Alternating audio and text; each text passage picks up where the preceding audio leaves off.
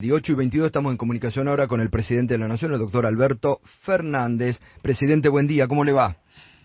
Buen día, ¿cómo estamos? Bien, bien. Bueno, tenía muchas ganas de hablar con usted porque hemos seguido toda la semana pasada, presidente, la gira por Europa, que realmente ha sido recibido, como se dice, con todos los honores por los presidentes, los primer ministros, por el Papa Francisco. Y la verdad, no solamente a usted, sino a la Argentina en la consideración mundial, ¿no? Así que me imagino, bueno, ha sido una gira positiva y sobre todo, bueno, la entrevista también con la titular del Fondo Monetario Internacional, ¿no? Yo creo que fue una gira muy necesaria, básicamente para reafirmar las posiciones argentinas en la negociación con el fondo. Cada uno que nos escucha debe entender que los presidentes de esos países, y esos países tienen directores en el Fondo Monetario que votan. Uh-huh. Y entonces a la hora de tener que votar las propuestas que Argentina hace, es muy necesario poder contar con esos votos, que son votos muy importantes, son votos de países europeos que tienen mucho peso dentro del Fondo Monetario. Y fuimos básicamente a contarles cuál era nuestra situación, cuál era nuestra idea, cómo encarar una solución al problema de la deuda con el Fondo Monetario, que como todos saben es una de las herencias más feas que recibimos. Uh-huh. Y lo que recibimos fue una respuesta de acompañamiento de todos los líderes europeos, de comprensión y de compromiso con nosotros. Y tengo que ser justo, también escuché el interés de la directora ejecutiva por ver cómo poder ayudar a nuestras propuestas, teniendo en cuenta que ella no es miembro del directorio, ¿no? Es la directora ejecutiva, pero no es ella la que vota todas estas decisiones, pero sí es la decisión de acompañarnos, por ejemplo, en el análisis de las sobretasas que paga Argentina, e inclusive ver, aunque esto demande más tiempo, cómo la Argentina podría beneficiarse en el futuro logrando más tiempo en el plan de pagos. Uh-huh. Más tiempo, ¿no? Para alargar esos plazos que hoy tiene. Claro. ¿Y usted encontró buena recepción en esa propuesta que le hizo de no pagar estas sobretasas?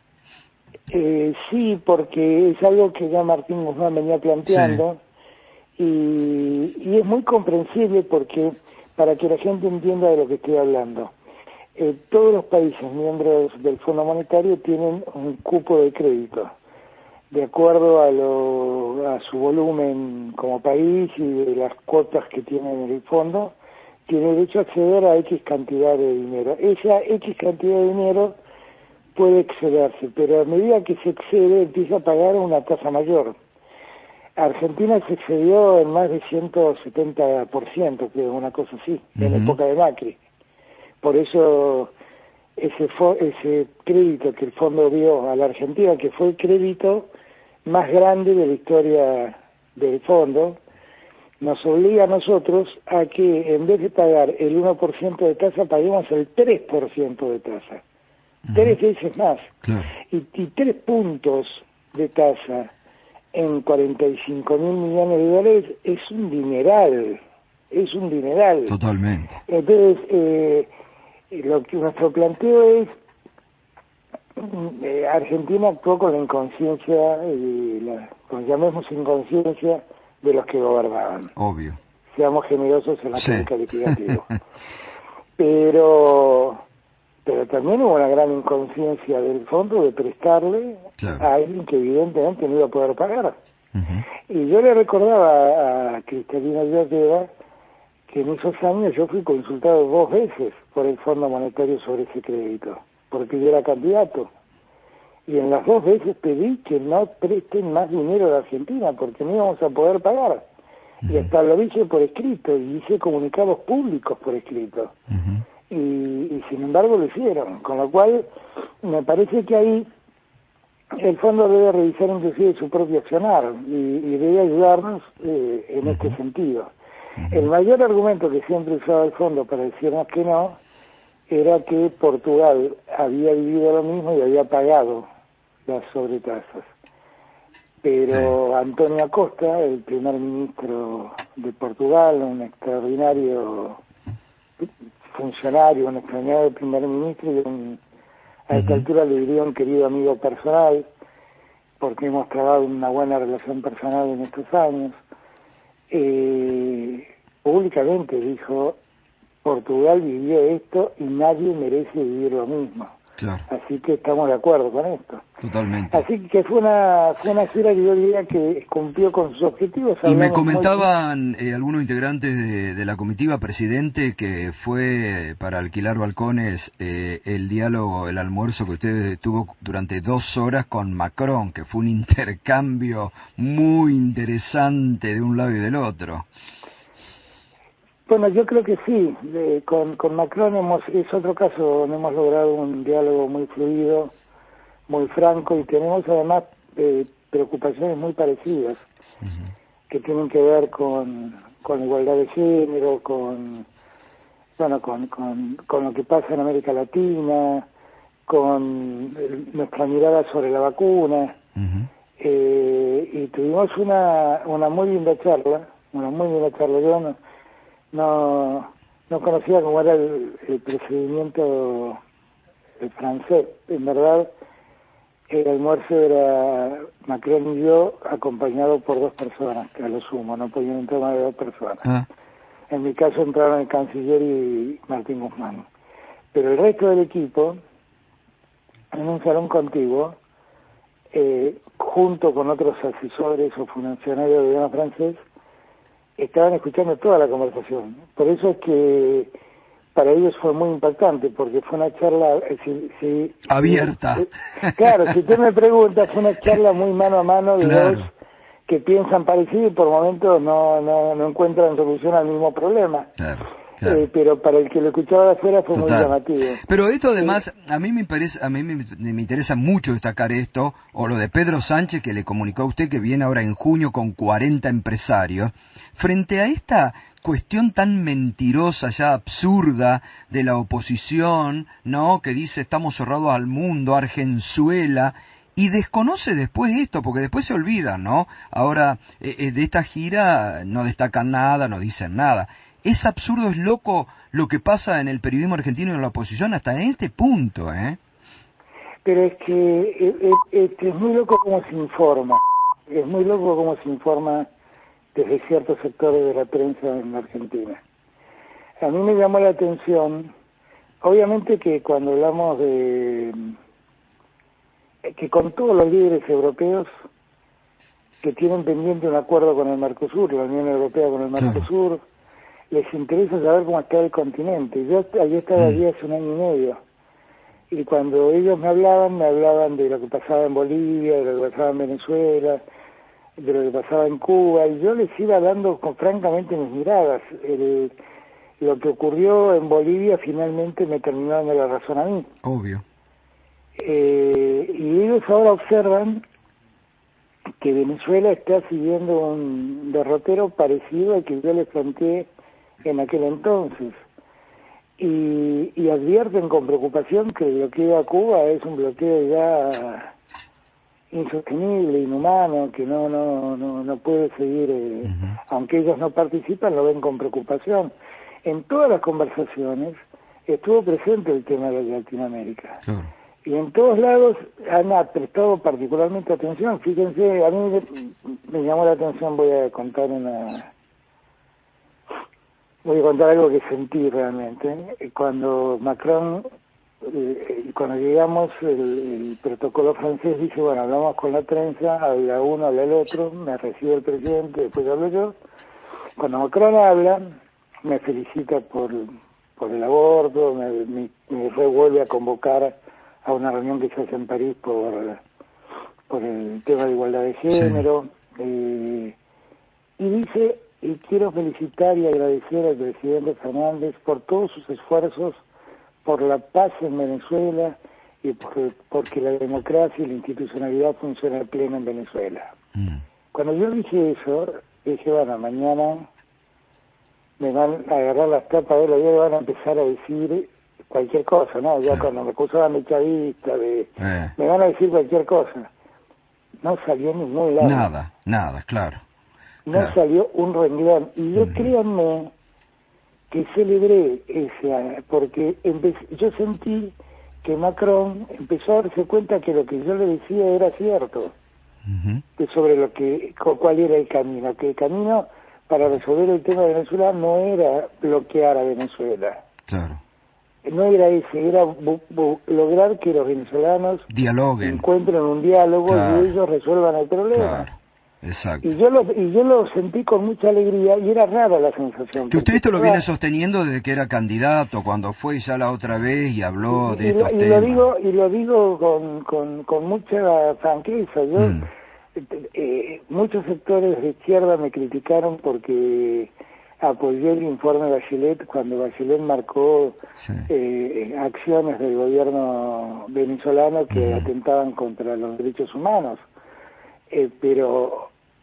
Pero también trabajé para ayudar a Bachelet a que instale en Venezuela una oficina permanente que haga un seguimiento sobre el funcionamiento de los derechos humanos en Venezuela. Totalmente. Y poco a poco ese problema en Venezuela poco a poco fue desapareciendo. Totalmente. O sea que hay un camino obvio para resolver los problemas que no pasan por meterse en los países obvio ni de forma armada ni con presiones políticas de bloqueo. Y esto le transmitió también al enviado del presidente John Biden, a John Kerry, que estuvo con usted. Él tuvo la generosidad de pedirme mi opinión sobre qué mirada tenía yo sobre la situación, fundamentalmente porque hablamos de hacer con los Estados Unidos una suerte de encuentro como el que hicimos la vez pasada, que organizó Estados Unidos e invitó a 40 líderes del mundo a hablar sobre la cuestión climática. Sí. Y él me preguntó cómo veía yo hacerlo en América Latina. Le dije, me parece muy necesario. América Latina es uno de los pulmones del mundo. Total. Con la Amazonia. Nosotros mismos tenemos una parte de la Amazonia en el impenetrable, en las selvas de Misiones, y le dije que me parecía muy importante hacerlo, y me dijo, bueno, y en esas condiciones, ¿cómo podría participar? ¿Participaría Venezuela? ¿Qué mirada tiene Venezuela? Y ahí le di mi mirada, esto fue todo lo que pasó. Bien. Bien.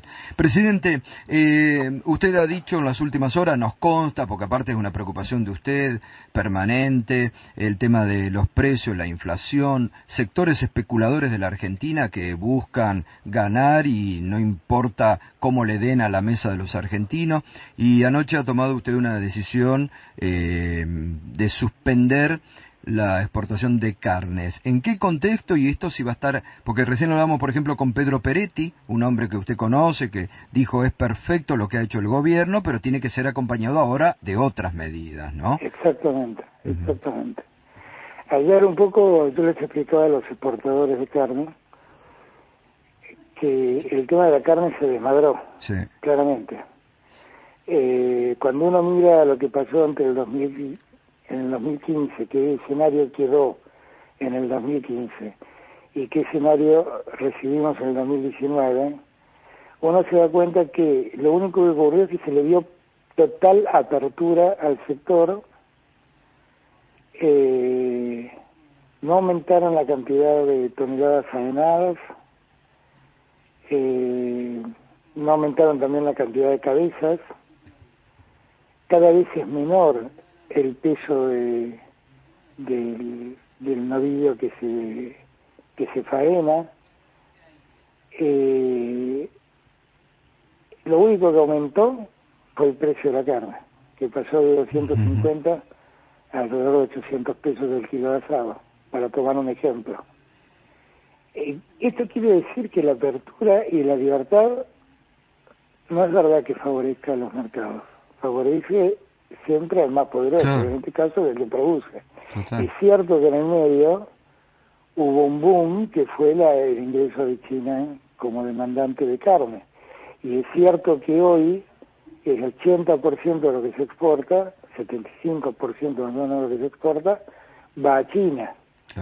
Lo que también pasó es que como el precio internacional, como la demanda fue tan grande, el precio internacional subió tanto, esos precios empezaron a competir con los precios del mercado interno, porque como ahora China también exporta carne con hueso y es más fácil acceder a la exportación, la verdad es que hay exportadores que así como antes compraban camisas y las exportaban, ahora compran carne y exportan. Y entonces todo eso genera una tensión en los precios internos que ya no se aguanta más, porque nosotros no podemos seguir teniendo ver cómo la carne crece mes a mes en los precios sin ningún justificativo, porque lo más llamativo es que crece el precio de la carne y baja el consumo de carne. O sea, no es que el precio sube porque la demanda crece, y entonces yo tengo menos carne para repartir en una demanda creciente. No, la demanda crece, la demanda baja. Hoy estamos consumiendo, creo que el nivel más bajo de carne, con el nivel más bajo, kilos y medio por habitante, per cápita, y crecen los precios sin parar. Entonces, ¿por qué crecen los precios si no lo estamos demandando? Ahí eso lo tenemos que corregir, tenemos que poner orden en quienes exportan, tenemos que poner orden en el mercado de Liniers. No es posible que en el mercado de Liniers se venda carne para exportación, porque si se vende carne para exportación tergiversa todos los precios del mercado interno. Decía Pedro Peretti el tema de las cadenas de supermercados, que no se les podía permitir también que crían las vacas, que las vendan después ellos y todo lo demás, ¿no? Como idea yo, sin embargo, tengo que decir que las cadenas de supermercados, que también hay que aclarar esto, solo representan el 25-30% de lo que se vende de carne. O sea, es un número relativamente muy bajo como para poder decir que ahí uno tiene una solución, pero ellos, en los acuerdos de precios que hicimos, ellos lo respetaron y lo cumplieron. Hay cadenas, yo no sé muy bien exactamente, pero me parece que hay cadenas que tienen producción propia, porque empezaron como carnicerías, pero me parece que el problema no está tan ahí. Las cadenas de supermercados respetaron los precios, pero que también es poco, porque en este punto yo ayer hablando, y ahí quiero aclarar que la charla con los exportadores fue muy correcta, fue en buen tono, y que ellos entienden el problema que hay.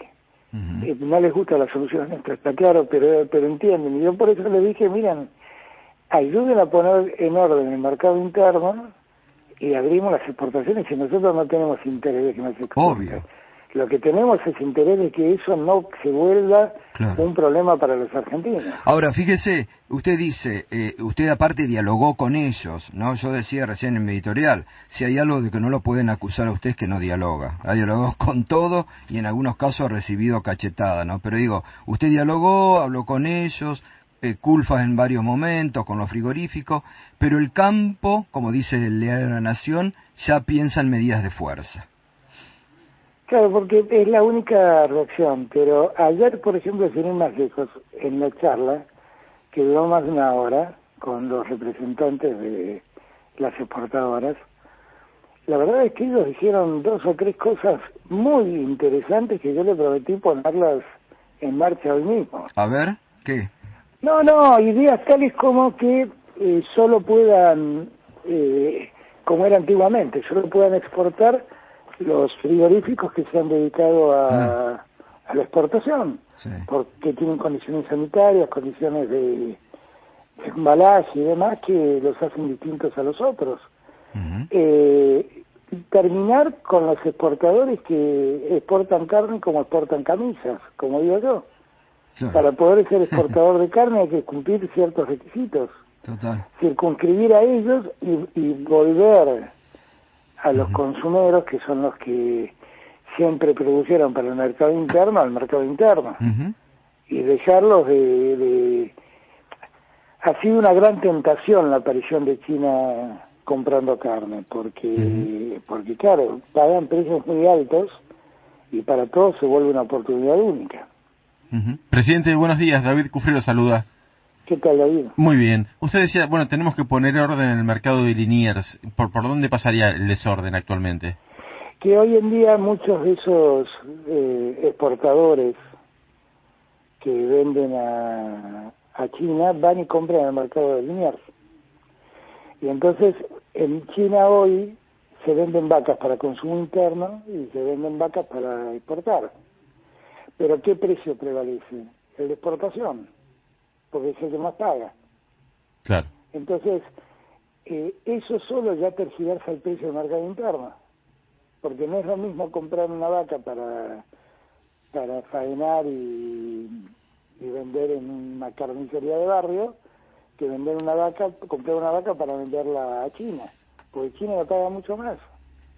Y existe si la todo posibilidad... compite en el mismo mercado, el precio que prevalece es el precio de exportación. ¿Y existe la posibilidad justamente para desacoplar esos precios de elevar las retenciones? Estaba en 9%, ahora está en 9% la retención a la carne, en 2015 estaba en 15%, bastante, con precios ahora muy superiores. ¿Es una alternativa? Es una alternativa que podemos ver, pero lo que no sabemos por la diferencia tan grande de precios que hay, si con eso es suficiente. Esa es la duda que queda. Hay una diferencia tan enorme de precios que uno dice, bueno, ¿cuánto tendría que ser la retención? Tendría que ser retenciones altísimas. La otra es poner cupos para abastecer primero el mercado interno. Esa es otra alternativa, que ellos mismos me lo plantearon, los mismos exportadores.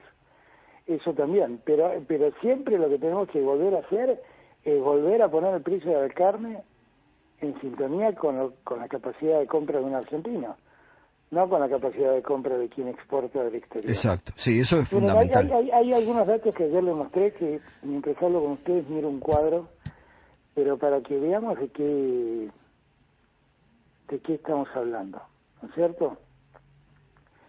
El stock ganadero que dejó Cristina era de 51 millones de toneladas. Vino Macri, sacó las retenciones, abrió todas las exportaciones. ¿A cuánto creció ese stock ganadero? Creció 2 millones de toneladas, es decir, el 4,9%. Claro. La cantidad de cabezas faenadas eran 12 millones con Cristina. Fueron 13 millones con Macri. Abrieron todo para nada. Para nada. Como hicieron con todo. El promedio de la faena, mire, para uno de los secretos para producir el ganado vacuno es que uno no mate para faenar vientres, claro. Vacas, hembras, y que además el peso no sea menor a los 260 kilos. Eran 224 kilos con Cristina, eran 225 kilos con Macri. Claro. ¿Me quiere decir qué política de crecimiento aprovecharon ellos el sector con todo el viento a favor? Claro. Ahora, el precio del asado en el año 2015, el kilo era 77 pesos. En el año 2019, en diciembre del 2019, era 300. Y hoy está en precio de acordado 350, si no me equivoco. Sí, totalmente. Ustedes se dan cuenta de lo que estamos hablando. Lo único que subió, con todo abierto, fue el precio. Claro. Lo único que subió. Y en este marco también el tema, ya ha comenzado a regir el tema de la aplicación de la ley de góndolas. ¿Usted cree que eso también puede ayudar? Acá hemos estado desde hace... Eso puede ayudar mucho al desarrollo de algunos sectores y al consumo de algunos sectores. Me parece que el sector lácteo, que ha quedado muy concentrado,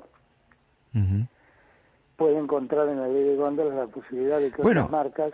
claro, mire, la semana pasada hablábamos acá y le dábamos a nuestra gente la posibilidad, estábamos hablando con primero con una cooperativa tambera de Navarro, Apóstoles, que nos decían, y la verdad nos decía el señor, el dueño, yo mandé a 2 supermercados mi oferta, Apóstoles primero, mandé a 44 pesos el litro, ni me respondieron. Y después está la otra empresa, ya Tasto, que vende, esa sí se consigue, a 60 pesos o menos el litro de leche. Es decir, se puede conseguir a menor precio. No, claro, bueno, ahí también tenemos que ser muy estrictos con los supermercados. El tema de la imposición de la ley de góndolas, ayer lo estuvimos hablando con Paula Español, de ver cómo exigimos el cumplimiento de la ley de góndolas, porque esa es una gran oportunidad que tenemos. Y yo les pido además a todos que vean los resultados económicos de las industrias alimenticias. Sí, los mostramos acá. David los mostró hace 2 semanas. Los balances, sí. Algunos que perdieron 3 años seguidos con Macri. Ganaron en plena pandemia. Exacto. Y ganaron mucho en plena pandemia. Y en el primer trimestre han tenido un resultado impresionante. Cuando uno habla de la distribución del ingreso, habla de eso, precisamente. Que alguien no se lleve toda la ganancia y que repartamos un poco mejor las ganancias.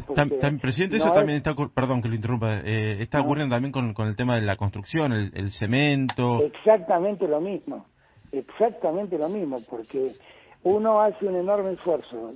Hoy vamos a sortear los primeros créditos a tasa cero para la construcción. Del banco hipotecario, ¿no? Exactamente. Hace un enorme esfuerzo del Estado para ayudar a que la gente pueda tener su terrenito, comprar su casa, hacer su casa. Ahora, esto no se puede volver en la, entre comillas, oportunidad del que vende material para la construcción. Claro. Y mucho peor es con los alimentos. No es posible que el dinero que nosotros volcamos en los sectores más desposeídos para que puedan acceder a la alimentación básica, termine convirtiéndose en un formidable negocio de unas empresas que terminan ganando sumas siderales. Totalmente, totalmente. Eso hay que... Yo lo hablo una, lo hablo dos, lo hablo tres. Ya la última vez que hablé cuando anunciamos el aumento de la tarjeta alimentar para llevarlo a chicos hasta 14 años, yo lo hablo una y otra vez y es como que la prédica cae en sacos rotos, se hacen los distraídos y la mejor solución que me ofrecen es que el Estado baje los impuestos. O sea, para que el precio baje, cobre menos impuestos. Bueno, usted dijo en su momento que iba a aplicar la ley de abastecimiento y otros elementos que tiene a su... Es que la estamos aplicando la ley de abastecimiento, la estamos aplicando. Hemos ido sobre... En la Argentina hay más o menos 600 frigoríficos, 500 frigoríficos, pero que operan con el exterior hay alrededor de 150, una cosa así. Algunos de último momento, ¿no? Que se inscribieron en último momento. Hemos ido con el ley de abastecimiento y a 44 de ellos hemos sido muy duros con ellos, con multas y con cierres. Nosotros estamos aplicando la ley de abastecimiento. Lo que pasa es que hay una actitud por parte del empresariado, no me gusta generalizar, realmente incomprensible. Ahora, presidente, en el comunicado se menciona que, bueno, en estos 30 días se van a tomar más medidas. ¿Por dónde vendría? ¿Por el lado del peso de la faena? Esto que hablábamos por ahí de los cupos. Todo eso, hoy escuchaba a alguien decir que en verdad la solución es aumentar la producción. Miren, aumentar la producción en el ganado de carnes, de bovinas, de vacas, es un tema de muy largo aliento. Es muy interesante ver esto, miren. Hasta el año 45-46, la Argentina tenía 2 millones de cabezas de ganado. Cuando llega el peronismo, esa producción empieza a crecer. Y cuando el peronismo se va, deja 3 millones de cabezas de ganado. ¿Cuántas cabezas de ganado tenemos hoy? 3 millones de cabezas de ganado. Pero ustedes se dan cuenta que desde el año 45 o 55 no hemos aumentado la cantidad de cabezas de ganado. Lo que sí aumentó es la cantidad de habitantes. Totalmente. Cada año, más o menos, crecemos 1 millón de habitantes. Entonces, el aumento en la cabeza de ganado, en la producción de cabeza de ganados, en el caso de las vacas, del ganado bovino, es muy lento, es totalmente distinto a lo que pasa con las aves, donde los pollos nacen a gran velocidad y se faenan muy jóvenes en muy poco tiempo, y es muy distinto a lo que pasa con el ganado porcino, que lleva mucho más tiempo. Claro, donde una cerda queda preñada y cuando tiene sus cerditos, saca una lechigada de 9, 10 cerditos. Acá tardamos 9 meses en sacar un ternero. Sí. Totalmente, es muy sí. lento. Sí, totalmente. Presidente, quiero hacer una de las políticas que usted tiene que viajar, le agradezco el tiempo. Primero, ¿qué actitud le ha merecido estos escraches que desde ayer están haciendo los integrantes de Juntos por el Cambio sobre diputados nacionales que han acordado con consenso acompañar al gobierno en la reforma del Ministerio Público y que desde Juntos por el Cambio los han comenzado a escrachar diciendo barbaridades o mentiras, ¿no? A mí me parece que hablan un poco del problema que tienen, que en verdad lo que ellos han logrado es manipular y manejar gran parte de la justicia y no quieren que eso se toque. Y han dejado, yo no sé, yo a veces pienso, se darán cuenta de lo que hablan, porque nosotros no tenemos procurador, porque ellos le inventaron una causa a la procuradora, la persiguieron, la amenazaron a sus hijas, un periodista publicó el teléfono de sus hijas para que la gente la llame y le escrache, y en esas condiciones una mujer como Alejandra Gil Carbó terminó no aguantando más la presión y renunciando. Por eso no tenemos procurador, ¿eh? No tenemos procurador porque Juntos por el Cambio persiguió a la legítima procuradora que existía. Por eso no tenemos procurador. Ahora que queremos nombrar un procurador, la ley, no la Constitución, una ley dice que hacen falta 2/3 del Senado. Y ellos hablan y hablan, pero ellos no dan el número para que podamos votar al candidato nuestro. Entonces nosotros propusimos decir, bueno, como ustedes están impidiendo esto, vamos a cambiar, a nombrar al procurador con la mitad más uno del total del Senado. Bueno, y ahí empieza esta reacción.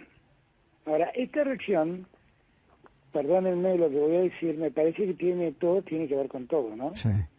Tiene que ver con la desesperación de sacar la causa del correo de la justicia comercial para pasarla a la ciudad, la misma desesperación que expresa alguien que dice que no tiene derecho a defenderse y pide asilo en Uruguay, en una causa donde todavía no ha sido llamado a prestar declaración indagatoria, y si lo llamaran a prestar declaración indagatoria, ese sería su primer acto de defensa, y ahí podría empezar a defenderse. Y él dice pedir asilo porque no tiene posibilidad de defenderse en Argentina. Yo hago esta diferencia porque no sé si es el mejor ejemplo, pero pongo el ejemplo de Cristina. Inventaron 20 causas, 30 causas. No sé 8 causas en un día tuvo que ir a declarar, 8 indagatorias en un día, Bonadío. Y nunca se fue de su casa y siempre concurrió cada vez que la citaron. Sí.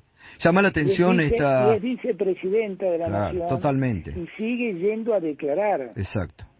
¿Ok? Sí. Frente a estos personajes que dicen, no, me voy porque estoy siendo un perseguido político. No, Pepín, no sé cómo se llama, Rodríguez Simón. Sí. Hablemos en serio. Toda la justicia sabía que usted era el emisario del gobierno nacional, usted iba a pedir los fallos que hacían falta, usted operaba mañana, tarde y noche en las causas judiciales. Lo sabíamos los abogados de la matrícula, porque estas cosas se saben. Y uno iba y en el fuero federal todo el mundo decía quién era el que operaba todo esto. Y apretaba a empresarios, como está la denuncia, en despachos en la Casa de Gobierno junto a otros integrantes del gobierno. Por eso digo, el caso Cristóbal López y Fabián de Sousa, lo único que hace es dejar al descubierto.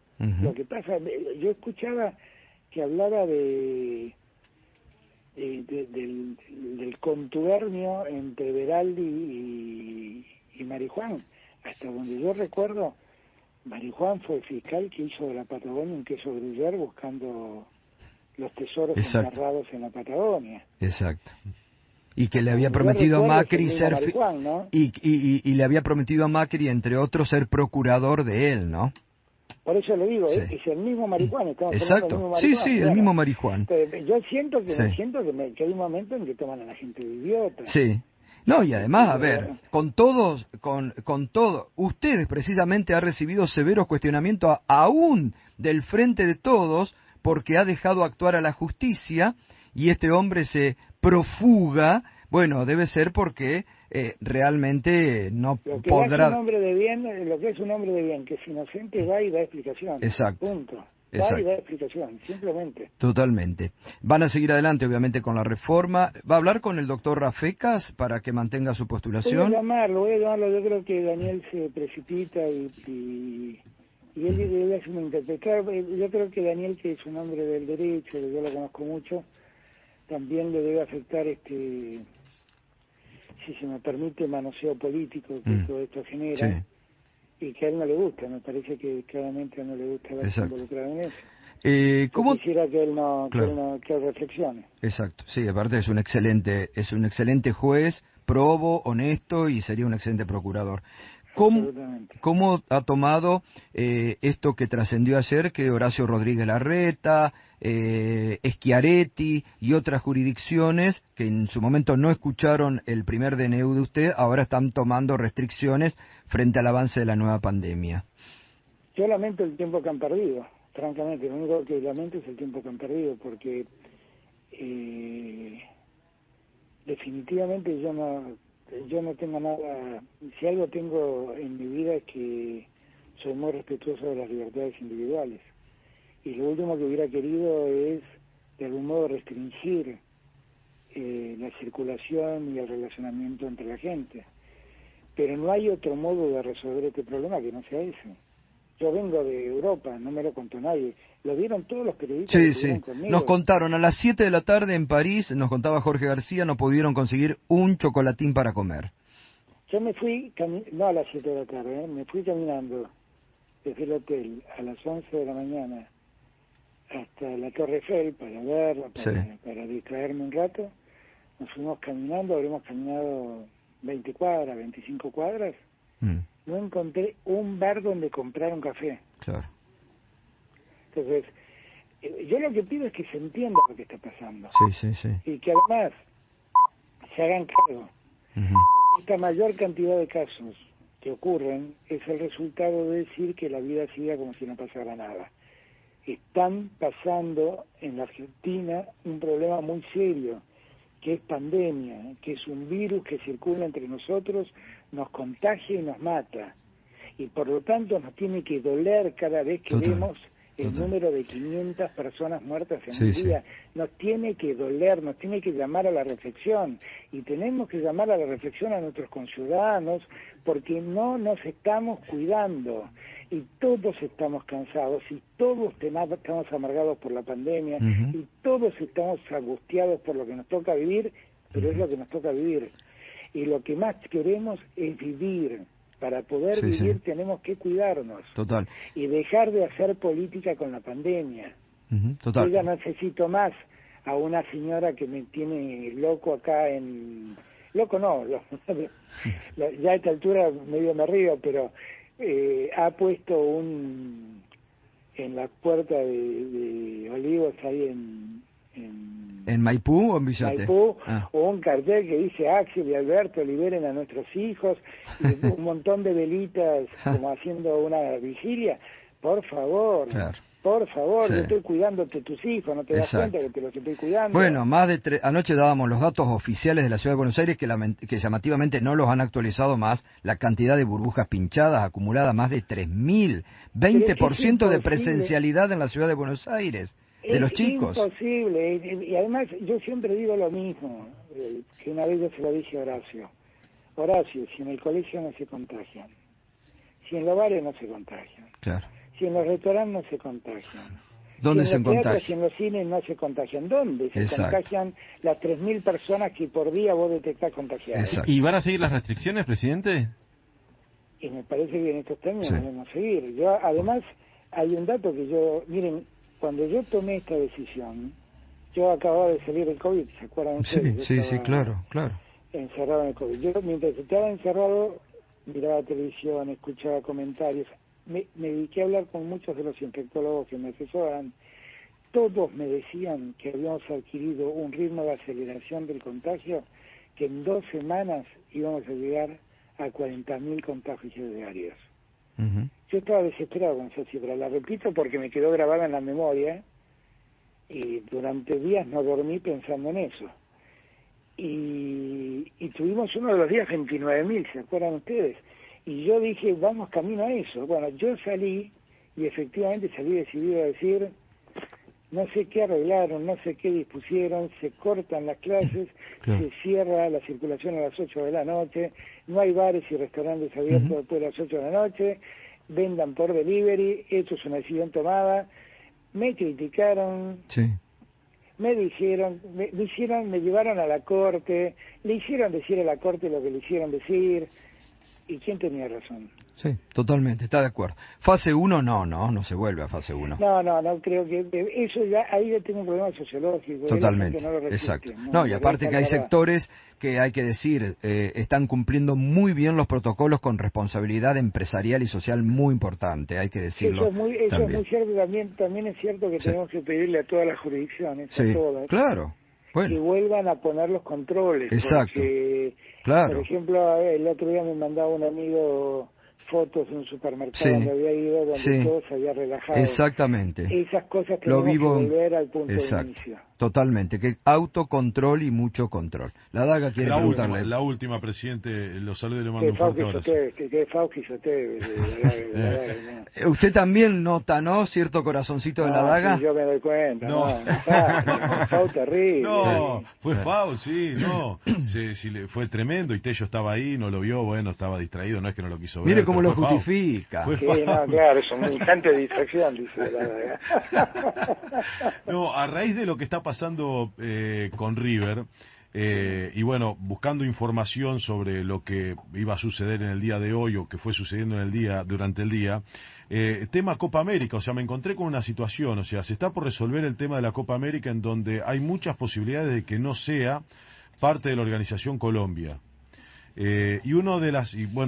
Maneja diferentes alternativas, plan A, plan B, plan C. La pregunta es la siguiente, presidente, ¿hay posibilidades que la Argentina, estamos a menos de 25 días de que arranque la Copa América, 20, 25 días, 26, 20 días de que lleguen las delegaciones, que la Argentina sea único organizador de la Copa América o no? Nosotros podemos analizarlo eso, en la medida de que todos estrictamente cumplan las condiciones de controles, ¿no? Porque lo que pasó en River estos días demuestra lo que objetivamente puede pasar. No tiene sentido cargarle las culpas a River, porque la verdad le pasó a River y le puede pasar a cualquiera. En un plantel que viajan juntos en un micro, hay uno contagiado, la posibilidad de que contagie a todos es muy grande. Es muy grande. Entonces, tenemos que tratar de garantizar protocolos que hagan posible esa Copa América, que hablemos con toda franqueza. Es una Copa América para la televisión, no Claro. es una Copa América, Claro. es una Copa América para cumplir contratos televisivos. Es eso. Si se cumplen todos los protocolos y existiera un problema, nosotros estamos dispuestos a ver la posibilidad de organizarlo solos. De otro modo, yo diría, vamos a pensarlo, pero hay que ponerse muy estricto con los protocolos, porque el fútbol es un juego de equipo. Donde, Y contagia también. Claro, y además el tema de las concentraciones, ahora vi que las concentraciones las están eliminando, las concentraciones previas a los partidos y demás, y eso me parece una buena idea. Ahí me parece que tenemos que fijar protocolos muy estrictos, y bueno, si la Conmebol dice, bueno, a ver, pueden hacerse cargo, yo estoy dispuesto a estudiarlo, Bien. pero necesito saber bien, necesito garantizarme los protocolos, porque miren, uno de los problemas más serios que tenemos son las cepas que vienen de otros países. Sí, Yo, claro. por ejemplo, cuando me contagié, descubrí que me contagié con una cepa que yo desconocía, que es la cepa andina, Claro. que está en Perú y en Chile. Sí. Y yo ni sabía de la existencia de esa cepa. Sí. Y bueno, pero fue la con la que me contagié. Y sí, 33% de circulación tiene en Argentina, la cepa andina con la cepa británica y la de Manaos, ¿no? Claro, entonces eso hay que tener mucho cuidado. Totalmente. Porque la cepa de Manaus todos dicen que tiene una ferocidad Sí, singular, ¿no? Sí, totalmente. Sí. Bueno, presidente, la verdad que un gustazo, casi una hora hablando de todos los temas con la responsabilidad con la que habla y explicándole a la sociedad. Realmente es muy interesante. Como siempre, le agradezco mucho esta posibilidad porque son momentos en donde hay que clarificar frente a tantas mentiras que se dan. Así que es muy importante. Gracias, presidente. No, muchas gracias a usted y un abrazo grande para todos. Un abrazo Gracias enorme. Por el tiempo que me han por dado. favor, Gracias. a usted. Gracias. Gracias. Pasó el presidente una hora, todos los temas.